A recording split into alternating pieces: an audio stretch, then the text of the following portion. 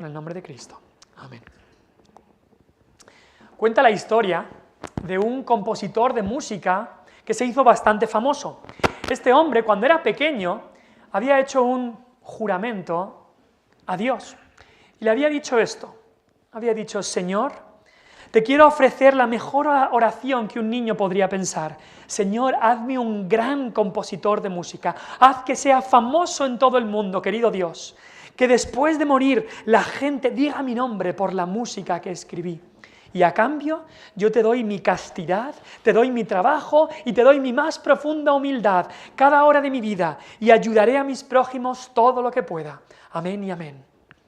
Este hombre entonces vivió una vida que se apartó de mujeres, trabajó mucho en la música, enseñó gratis a otros músicos, no dejó de ayudar a los pobres y se hizo bastante famoso.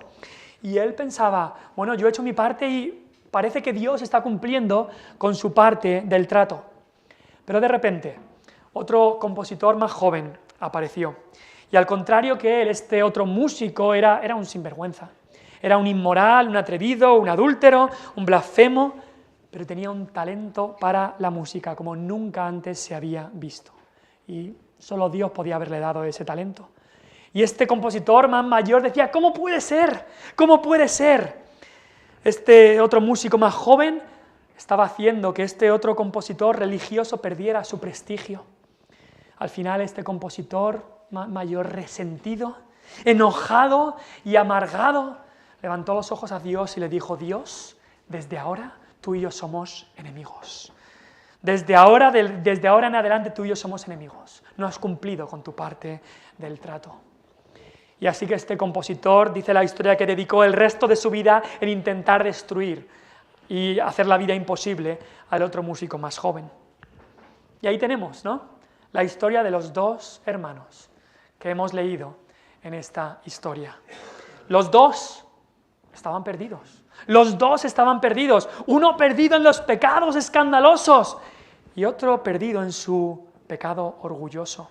Uno por el lado sucio del camino de la perdición y otro por el lado limpio del camino de la perdición, pero los dos yendo hacia la perdición. Los dos hijos estaban en el mismo bando, los dos hijos querían hacer sus propios deseos, uno controlando a los demás por medio de tener buena reputación y otro dejando a su carne suelta, rienda suelta para ir a los placeres del mundo, pero los dos querían hacer su propia voluntad, no la voluntad del Padre. Pero como vimos la semana pasada, por la gracia de Dios, este hijo primero, este hijo menor, ese hijo que había hecho esa petición tan insolente al Padre de quiero ya mi herencia, quiero ya tus bienes, una petición que prácticamente era decirle al Padre, te quiero muerto. Ese hijo que había hecho esa petición insolente, ese hijo que después desperdició su vida, la tiró a la basura, su vida, desperdiciando sus bienes, viviendo perdidamente o pródigamente, como se dice. Ese hijo que había acabado en esa situación miserable, allí como un gorrino más, comiendo como los cerdos y cuidando a los cerdos. Ese hijo que había llegado a esta situación tan miserable, por la misericordia de Dios, experimenta el arrepentimiento. Y allí, en lo más bajo, en el momento más bajo de su vida, vuelve en sí, mira hacia lo alto y se da cuenta, ¿qué pecador he sido? ¡Qué equivocado estaba! Y decide volver a casa de su padre. Padre, he pecado contra el cielo y contra ti. Ya no soy digno de ser llamado su hijo. Practica incluso el discurso. Hay verdadero arrepentimiento. Vuelve en sí y también vuelve a casa. Y ahí nos quedamos la semana pasada. Y ahora, en quinto lugar, vamos a ver un recibimiento inmerecido. El recibimiento que tuvo este joven perdido, y ese recibimiento lo vemos en el versículo 20. En el versículo 20 vamos a ver aquí el amor del Padre. Vamos a ver aquí un Padre amoroso y lleno de gracia, porque todo esto es totalmente inmerecido, recuérdalo. No merece nada más que castigo, nada más que condenación. Y lo que recibe es el amor y la gracia del Padre. Un recibimiento totalmente inmerecido. Vemos, en primer lugar, vemos la mirada del Padre. Dice ahí, cuando estaba lejos, versículo 20, y aun cuando estaba lejos, lo vio su Padre. Aun cuando estaba lejos lo vio su padre, esa mirada de su padre, estaba allí esperándolo. Su padre no había perdido la esperanza y lo vio. Y lo vio cuando aún estaba lejos. Lo miró. Esa palabra vio nos dice más de que simplemente echó un vistazo. No, lo vio viniendo en su miseria. Con las ropas sucias, con las ropas rotas. Lo vio. Y lo vio también cómo volvía, cómo estaba volviendo a casa del Padre. No estaba yéndose de un pecado a otro, estaba volviendo otra vez a la casa del Padre. Y este Padre no quitó la mirada, no dijo como algunos dicen, ojos que no ven, corazón que no siente. No, lo vio, puso su mirada en su Hijo, lo vio. Y me encanta también cómo en la vida de nuestro Señor Jesús, los 4 evangelistas que nos narran la vida del Señor Jesús, nos narran que muchas veces antes de que Jesús encontrase a las personas, Jesús los vio, Jesús los miró, Jesús los vio. ¿Y qué mirada es esa de Cristo? ¿Qué mirada es esa mirada de Cristo? Como Jesús miraba, y cuando Jesús miraba, Él sabía lo que había en el corazón.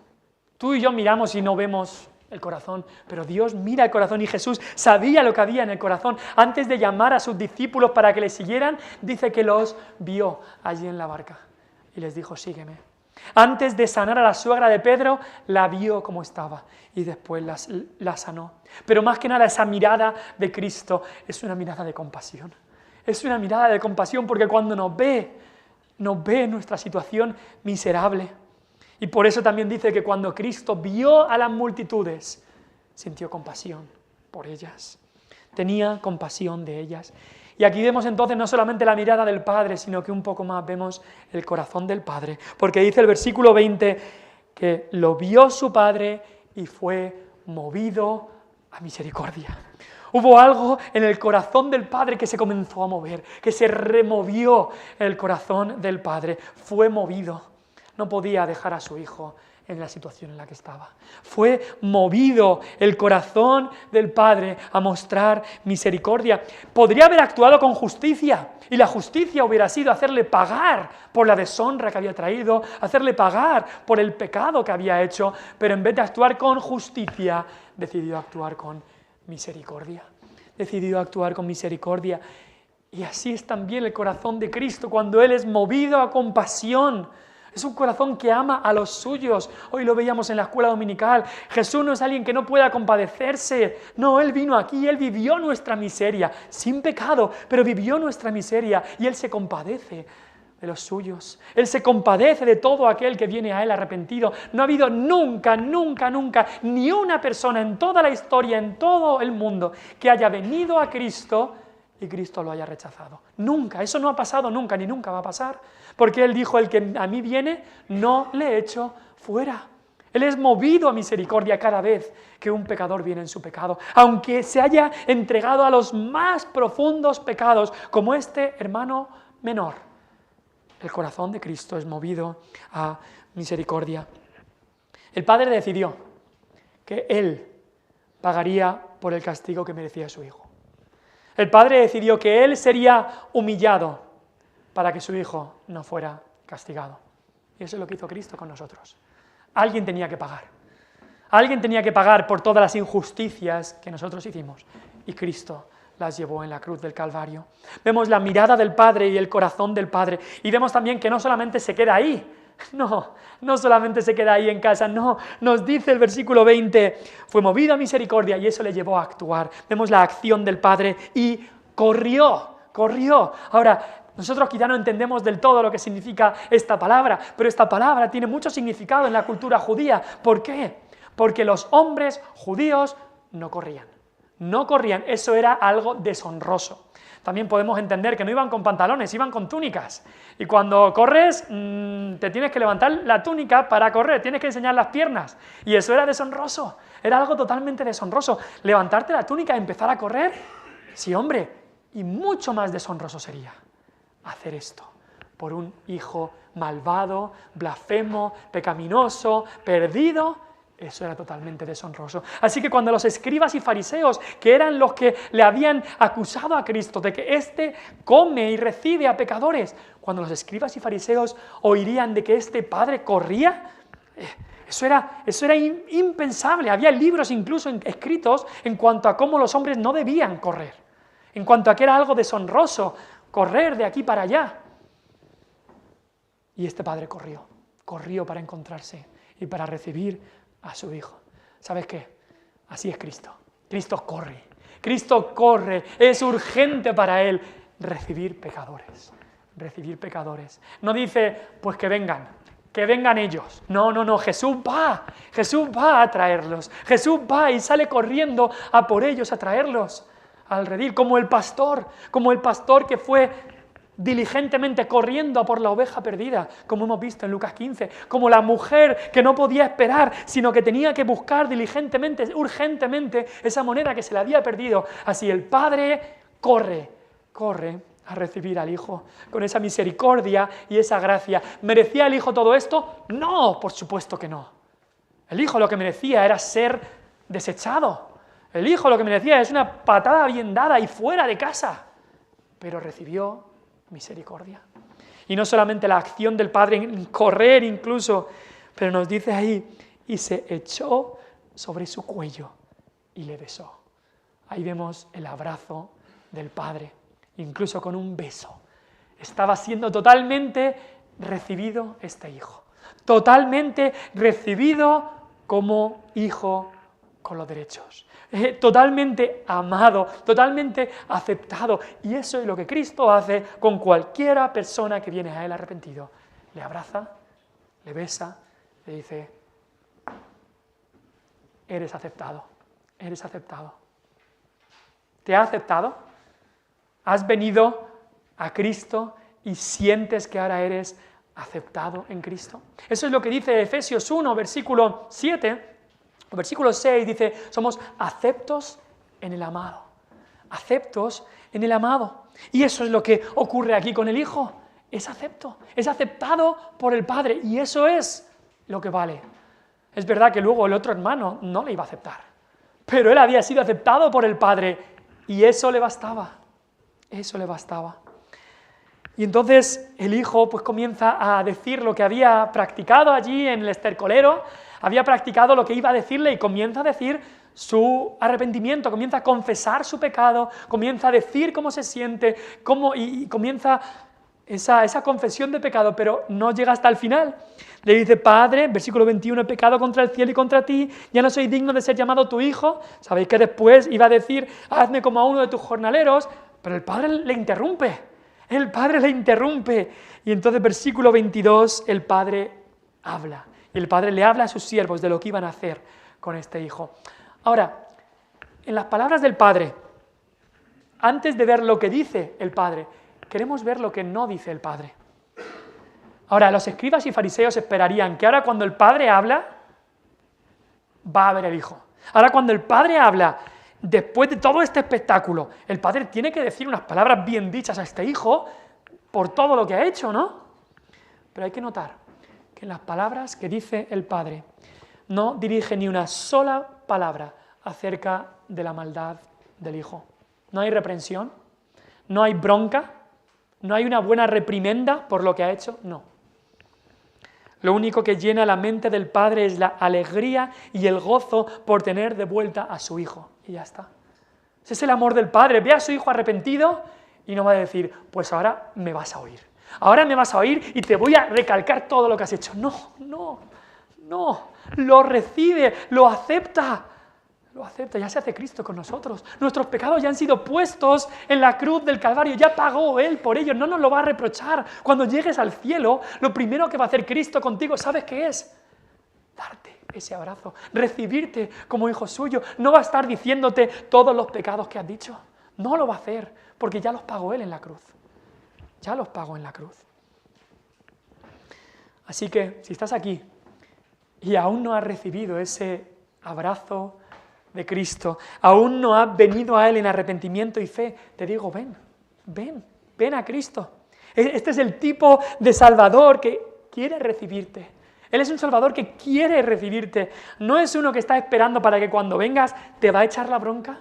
Cuando vengas te va a decirte todo lo malo que has sido. No, por supuesto que Dios va a obrar arrepentimiento. Y tú te vas a dar cuenta, como se dio cuenta este hijo, de que era pecador y que había andado en el pecado. Pero Jesús no está esperando la oportunidad, como muchas veces hacemos nosotros, como seres humanos, para que cuando alguien nos hace algo mal, le digo lo que me ha hecho mal. No, Jesús no está esperando eso. Jesús no está intentando eso. Jesús no está esperando con el mazo para darte. No, no. Tampoco es uno que te va a empezar a sacar la lista de todo lo que has hecho. No, no. Jesús lo perdonó en la cruz. Y ya han sido perdonados. Y como dice el salmista, los pecados han sido echados a lo más profundo del mar.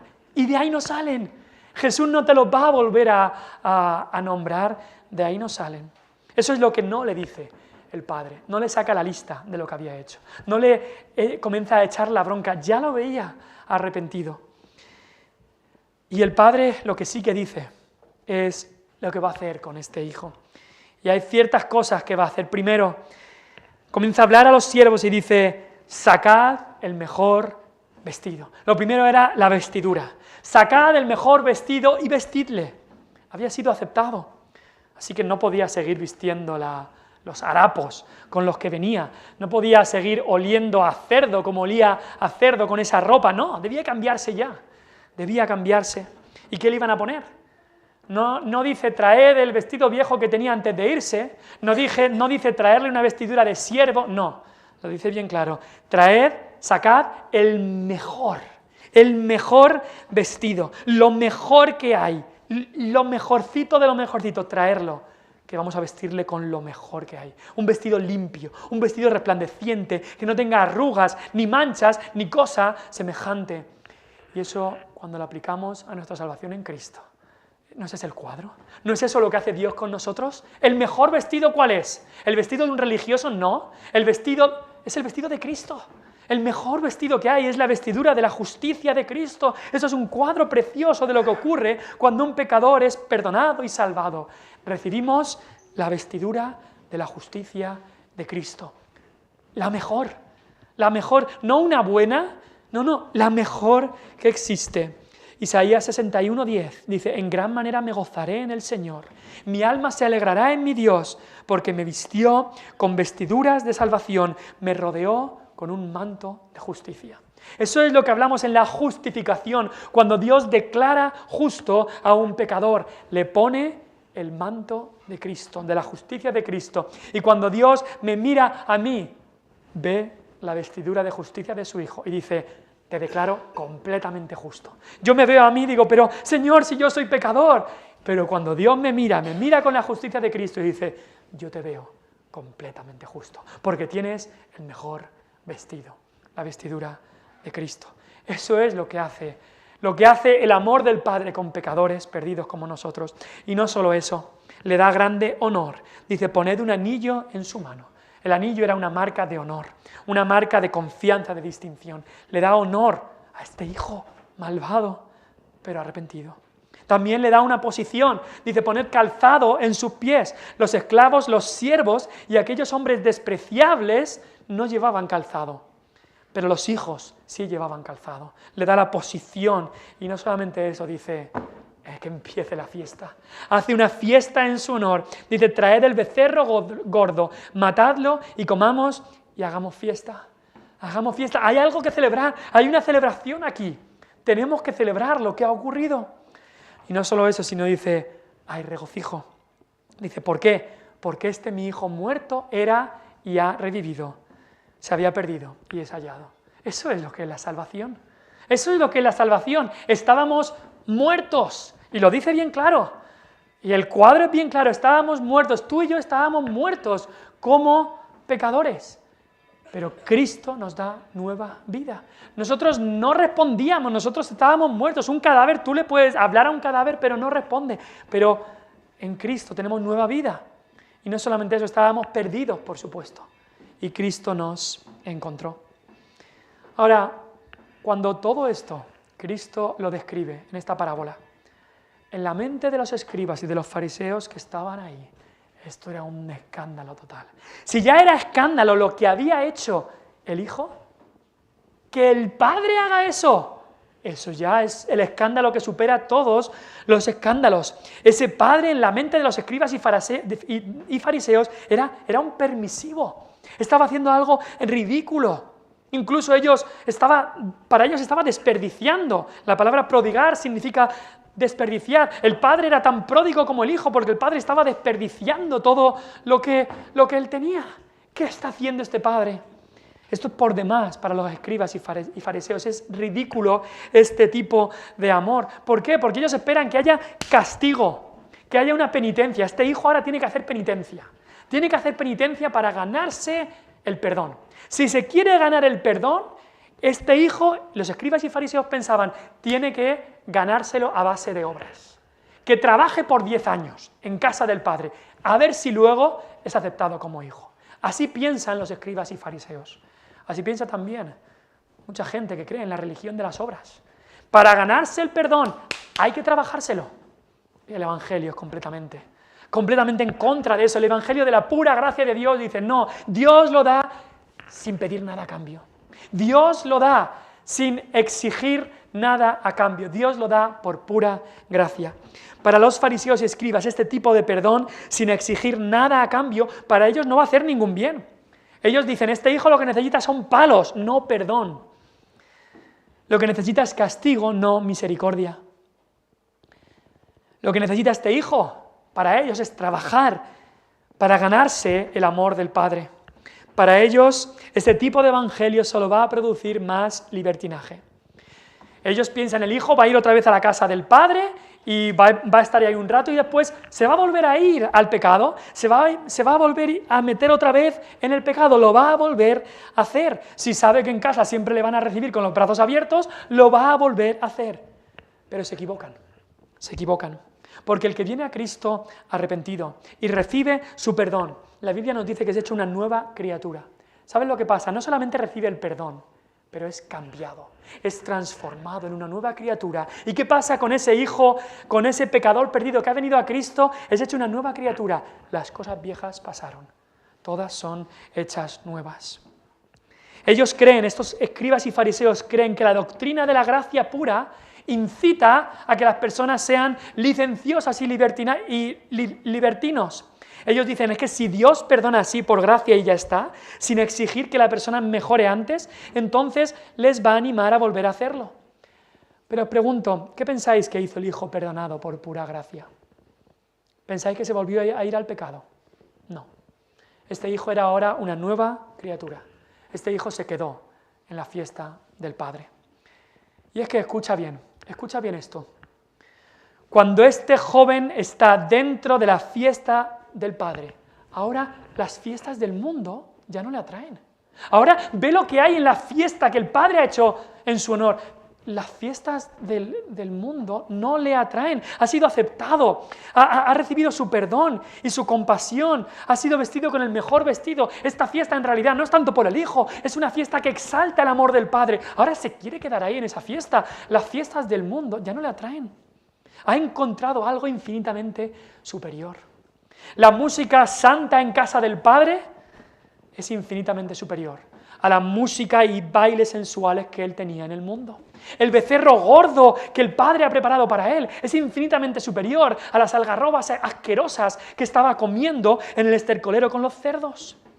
El abrazo y el beso del Padre son infinitamente más tiernos, más amorosos, más satisfactorios que los abrazos de las mujeres y prostitutas con las que él había estado. Ahora es un hombre cambiado. Ahora es un hombre cambiado. Los amores que antes le atraían de este mundo habían perdido su atracción porque ha encontrado un tesoro mucho más grande, mucho mayor, que es el amor del Padre, el amor de Cristo. Y eso mismo pasa en nuestras vidas. Eso mismo pasa en la vida de cada cristiano. Cuando encuentras el amor de Cristo, dices, he encontrado un amor mucho mayor.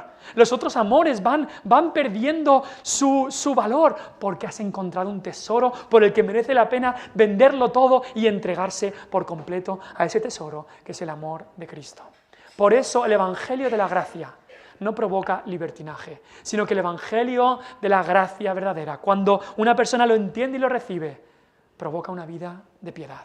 Si es una nueva criatura, las cosas viejas han pasado, todas son hechas nuevas. El amor del Padre es un amor infinitamente mayor que los otros amores. No tienen nada que hacer.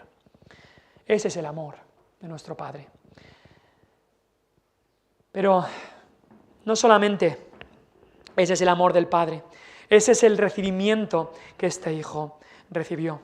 Pero acompáñame, por favor, un poquito más a ver al otro hijo, a ver lo que pasó con el otro hijo, versículo 25 al 30. Y vemos aquí un enfado orgulloso, un enfado orgulloso. Este hijo era también pecador. Este hijo es también pecador, porque ¿qué es el pecado? El pecado no es solamente ser un codicioso que solo busca dinero, deshonrar a tu familia, robarle a tus padres, emborracharte, vivir la vida loca, irse de prostitutas. El pecado no es solamente eso. El pecado es también lo que vamos a ver en este hijo mayor. El orgullo, creerte superior a los demás. La autojusticia, creerte que tú eres buena persona. Las mentiras, la exageración, el enfado, el desprecio, la calumnia, las palabras hirientes, la ira, la amargura, el rencor. Todo eso también es pecado.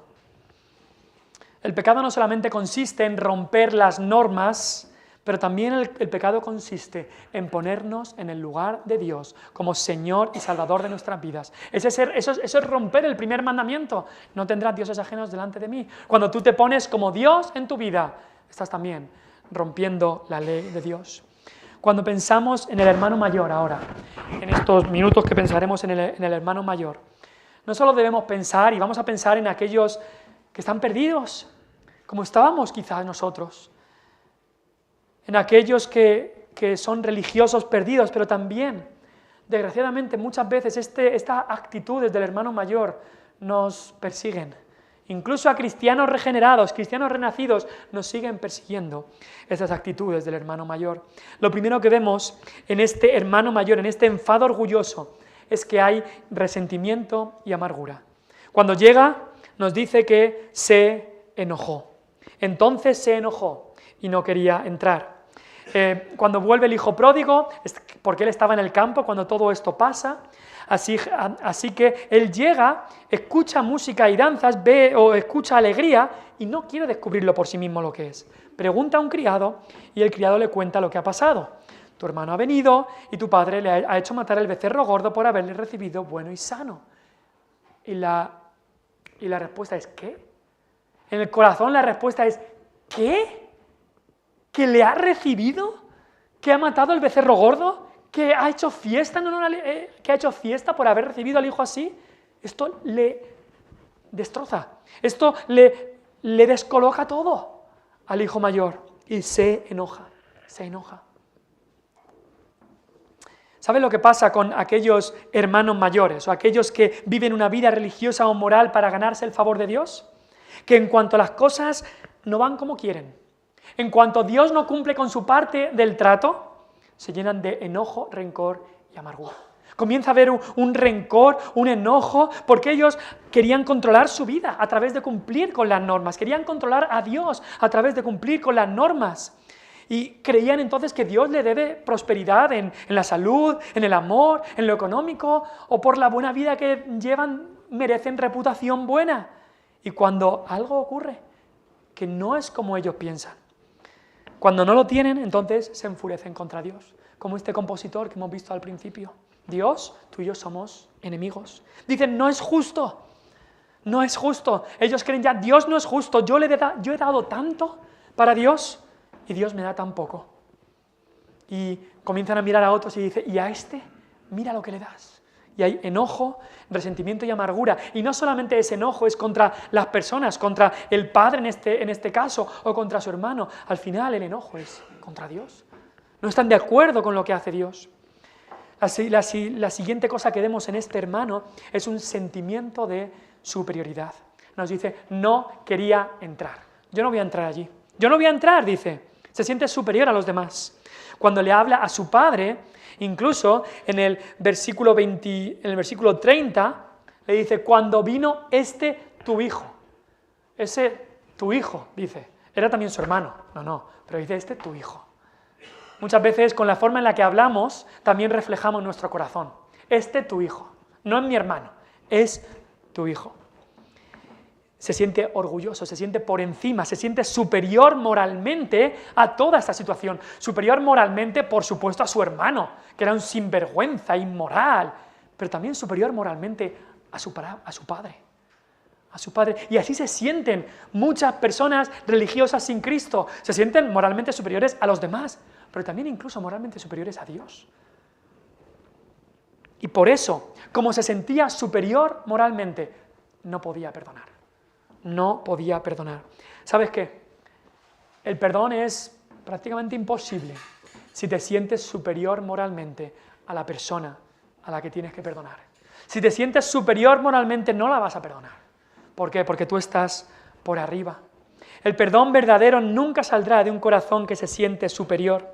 Es imposible así perdonar a alguien de corazón si tú piensas que tú estás por arriba de ellos. Esta superioridad que no perdona, lo que crea es ese espíritu rencoroso del que hemos hablado y también un corazón de crítica.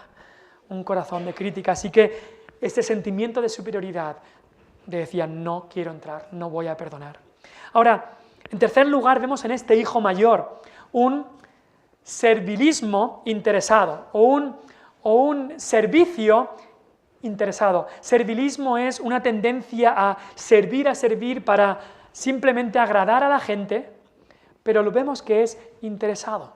Es decir, ¿qué es lo que estaba pasando en la vida de este joven, de este hermano mayor? Servía a su padre, sí, pero para obtener algo, para obtener un pago de vuelta. Dejadme daros una ilustración que leí el otro día. Cuenta la historia que un hortelano tenía un huerto hace mucho tiempo y le salió la zanahoria más grande que nunca había cultivado, una zanahoria enorme. Y este hortelano, este campesino, amaba mucho a su rey. Así que fue al palacio y le llevó esta zanahoria al rey y le dijo, rey, por el amor y el aprecio y la gratitud que tengo hacia ti, he decidido regalarte esta zanahoria. Nunca nadie ha cultivado una zanahoria tan grande, es la más grande que ha sido cultivada y te la quiero regalar a ti, mi rey. Al rey le agradó y ya cuando se iba el hortelano, el campesino, de vuelta a casa, el rey le llamó y le dijo, ven un segundo, ven. Y dice, mira, en agradecimiento por tu regalo, te quiero entregar todas estas tierras que hay allí, una parcela grandísima, hectáreas y hectáreas de tierra, para que sigas cultivando y haciendo también este trabajo que haces. Y se fue el campesino. Había un noble allí que había visto toda la situación y dijo, no le ha ido mal al campesino, no le ha ido mal. Así que el noble tenía unos caballos muy buenos, cogió el mejor caballo, un semental negro súper bueno, lo llevó al rey y le dijo, rey, por el aprecio y el amor que te tengo, quiero regalarte este caballo a ti, por el amor y el aprecio que te tengo a ti, rey. Y el rey dijo, muchas gracias, muchas gracias. El rey se quedó el caballo y cuando el noble se estaba yendo, estaba esperando que el rey dijera algo, y el rey no dijo nada, y el noble se fue a su casa.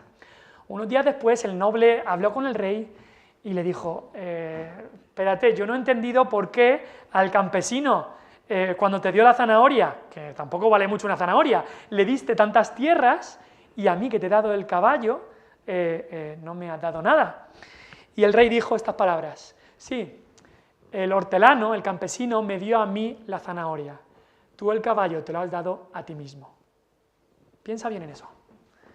El campesino me dio a mí la zanahoria, tú el caballo te lo has dado a ti mismo. ¿Por qué? Porque lo que estaba queriendo este noble es, yo doy para recibir. Se estaba regalando a sí mismo. Se estaba regalando a sí mismo. Estaba dando solamente para obtener un pago. Eso es como servía el hijo mayor. Yo te sirvo si tú haces lo otro. Esto es lo que hacía el compositor de la primera historia. Yo me guardo de todos estos pecados si tú me haces el mejor compositor de la historia. Y eso es lo que hacen muchos religiosos en este mundo. Señor, yo te doy esto, pero quiero un pago. Yo te doy mis obras, tú dame salvación. Yo te doy mis esfuerzos, tú dame salud. Yo te doy esto y tú dame economía, dame dinero. Quieren hacer acuerdos con Dios. Los hermanos mayores obedecen a Dios no por amor a Él ni agradecimiento a Él, sino para conseguir cosas.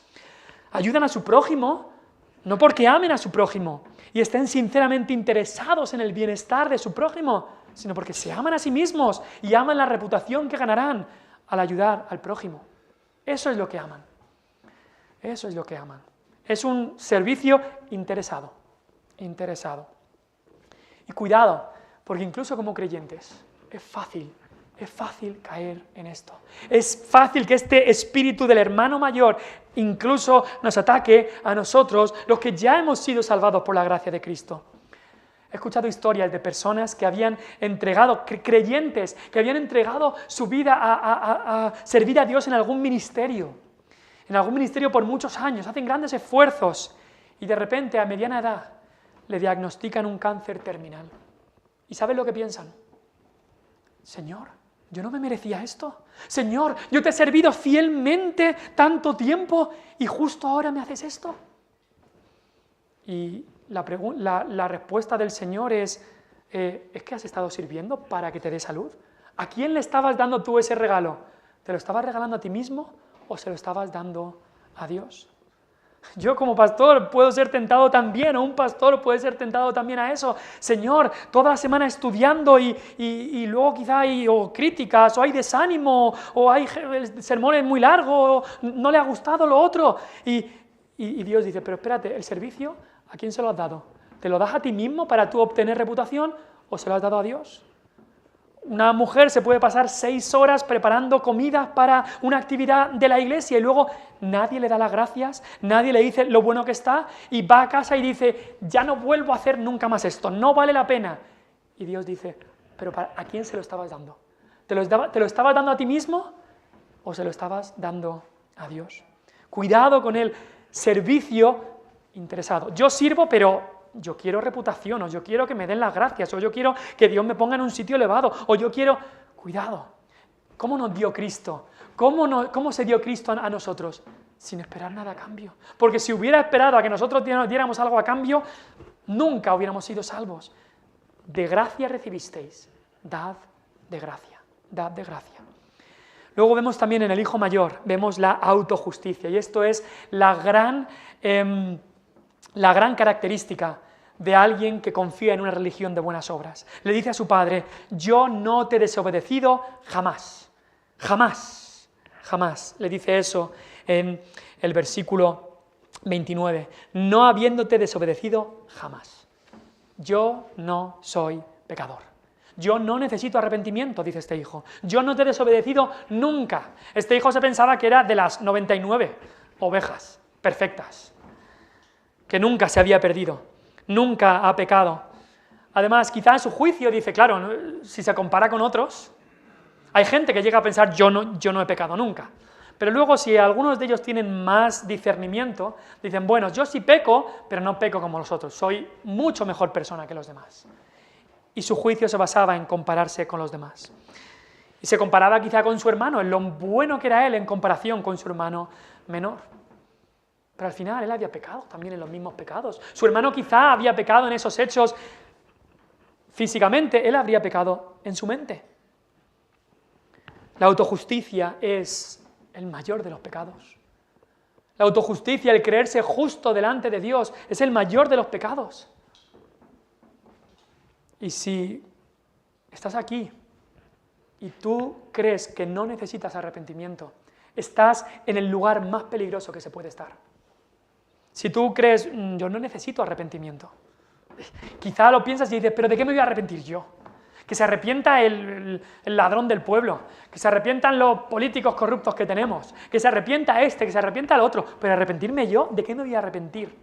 Si piensas así, estás en el lugar más peligroso que se puede estar, no reconociendo tu pecado. Todos han pecado, los hijos mayores y los hijos menores. Todos han pecado y han roto la ley de Dios. Este es un gran peligro, la autojusticia. Creerte tú mismo que tu justicia te valdrá para estar un día en el cielo. Creer que no necesitas arrepentimiento. Creer que tú eres una buena persona. Y esto le lleva también a una ingratitud y desconfianza hacia el Padre. Dice ahí, le acusa al Padre, cuando vino tu hijo, versículo 29, nunca me has dado ni un cabrito para gozarme con mis amigos. A mí nunca me has hecho una fiesta. Mira lo que le haces a mi hermano menor y a mí nunca me has hecho una fiesta. Esa es la falta de gratitud que tiene una persona orgullosa. Se siente que el padre no la ama, se siente una víctima de todo. Yo soy siempre la víctima y yo merezco tanto y se me ha dado tan poco y los demás que no merecen nada se les da tanto. Eso es el pensamiento de víctima. Y victimizarse es una de las cosas más peligrosas que hay. Es más, muchos de los asesinos más grandes que ha habido eran personas que de joven se comenzaron a victimizar y entonces eso le da razón para hacer todo lo que quieren hacer, porque han sido víctimas. Y eso es lo que se hace aquí este hijo, se victimiza. Además vemos que su relación favorita no era con su padre, sino con sus amigos y empieza a dudar del amor del padre. Tú no me amas, tú no me amas, tú no me amas. Todas estas son las características de un corazón orgulloso, de una persona religiosa, pero sin relación con Cristo. ¿Estás tú en estas características? Y te quiero avisar a ti que estás aquí sin Cristo. Si no tienes a Cristo como tu único Salvador, quizá crees que el venir el domingo a la iglesia, que nos alegramos que estés aquí, pero quizá crees que el hecho de venir, algo te tiene que ayudar cuando estés delante de Dios, ¿no? Quizá piensas que el ser buena persona, la gente te reconoce en el pueblo por una buena persona, eso te hará ganarte algo de salvación delante de Dios. Te equivocas, te equivocas. El infierno está lleno de buenas personas.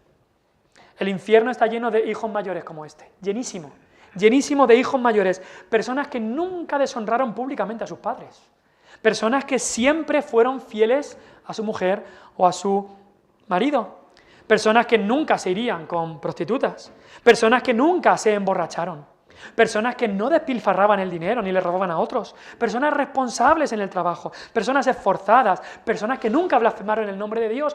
El infierno está lleno de personas así. Aún así, ellos acabaron en el infierno y tú dices, ¿cómo puede ser? Porque nunca se humillaron ni se arrepintieron de sus pecados. Pensaron que sus buenas obras les servían para merecer el cielo. Y te digo, ese es el peor de los pecados. Decirle, Dios, no te necesito, yo puedo solo. Dios, yo soy buena persona, mis obras me ganan el cielo. Ese es el pecado que hasta que no te arrepientas de ese pecado, no vas a poder conocer a Cristo. Y al final vemos incluso que el amor del Padre no solamente es para el hijo menor, pero el amor del Padre también es para aquellos orgullosos religiosos, también el amor del Padre es así. Cristo no solamente se juntaba con los publicanos y las mujeres pecadoras para hablarles del Evangelio, pero también iba a casa de los fariseos y religiosos para hablarles del Evangelio. ¿Y qué hace el Padre cuando este hijo mayor le dice, yo no voy a entrar? Y tiene una rabieta ahí en la puerta, este hijo mayor. ¿Qué hace el Padre? Le dice, pues ahí te quedas, yo me voy. No, mira lo que dice el Padre en el versículo 31. Otra vez el Padre en su amor, Él entonces le dijo, hijo, hijo, hijo, y podemos ver la compasión del Padre ahí, hijo, tú siempre estás conmigo y todas mis cosas son tuyas, hijo, tú has tenido tantos privilegios aquí, ¿cómo dices esto, hijo? Hijo, tú has estado siempre conmigo, tú has escuchado mi voz, has escuchado la predicación del Evangelio. Es lo que Cristo te está diciendo a ti, si estás pensando de esta manera. Hijo, todas mis cosas son tuyas, tú no has tenido que pasar por las miserias que ha pasado tu hermano. Has experimentado muchas bendiciones y aún estás duro a la palabra. Hijo, este es el amor del Padre. No solamente se ofrece al hijo menor, también se ofrece al hijo mayor. Pero el hijo mayor sigue duro de corazón. Y al final nos encontramos. Hemos visto una petición insolente, vimos un desperdicio de vida, una situación miserable, un arrepentimiento genuino. Hemos visto hoy un recibimiento inmerecido, hemos visto un enfado orgulloso. Hemos visto ahora mismo una última invitación al hijo mayor, la última invitación. Y en octavo lugar quiero ver un final sorprendente. ¿Por qué un final sorprendente? ¿Cómo acaba esta historia? Jesús no nos cuenta el final. Deja al hijo mayor fuera de la fiesta y no nos dice que entró. Y al padre en amor pidiéndole que entre. Y Jesús deja la historia aquí con toda la intención. Porque eso es exactamente lo que Jesús estaba haciendo con los escribas y fariseos. Los publicanos estaban entrando, los ladrones estaban entrando al reino, estaban viniendo a la fiesta de Cristo, estaban recibiendo a Cristo, y los escribas estaban fuera. Los fariseos y los escribas estaban fuera. Y Jesús deja la historia aquí porque les dice: os estoy pidiendo y clamando, entrad, entrad, no os quedéis fuera en vuestro orgullo, entrad, entrad. Y si vemos a quién representa el hijo mayor, ¿sabes? Podríamos acabar esta historia de una manera así. Dejadme acabar esta historia pensando en quién es el hijo mayor. El hijo mayor son los escribas y fariseos. Entonces, quizá podríamos acabar la historia así. Entonces el hijo mayor, enfurecido, cogió un látigo y comenzó a azotar despiadadamente a su padre, hasta dejarle moribundo. Después tomó su cuerpo y lo clavó a un palo bien alto, que lo viera todo el mundo, para que muriera allí lentamente hasta que se desangrase. Y dices, ¿cómo? ¿Cómo? Pero eso es exactamente lo que hicieron los escribas y fariseos con el Padre, que representa a Cristo. Es exactamente lo que hicieron. Así acabó esta historia. Cristo diciéndoles: venid, venid, dejad vuestro pensamiento religioso y orgulloso y venid. Entrad en la fiesta, entrad en el gozo de vuestro Padre. Y ellos dicen no. Y no solamente no dicen no, sino que acaban matando a Jesucristo, al único que podía ser su Salvador. Y alguno diría, no, pero eso yo no me cuadra en mi mente que un hijo mayor tan responsable, un hijo mayor que vive en esta conformidad moral, llegue a estos extremos. Pues la historia nos dice que sí. Hay mucha gente que exteriormente son como este hijo mayor, pero el corazón está totalmente perdido. Cuando las cosas no van como ellos creen, cuando no reciben el pago que ellos creen que merecen por lo que han hecho, por lo que han vivido, entonces su mundo se cae, su visión del mundo cae y fácilmente llegan a ser mucho peores de lo que el hijo menor estuvo haciendo. Una historia real, por un lado, porque esta es la historia de cada ser humano en este mundo. Es la historia de dos tipos de pecadores.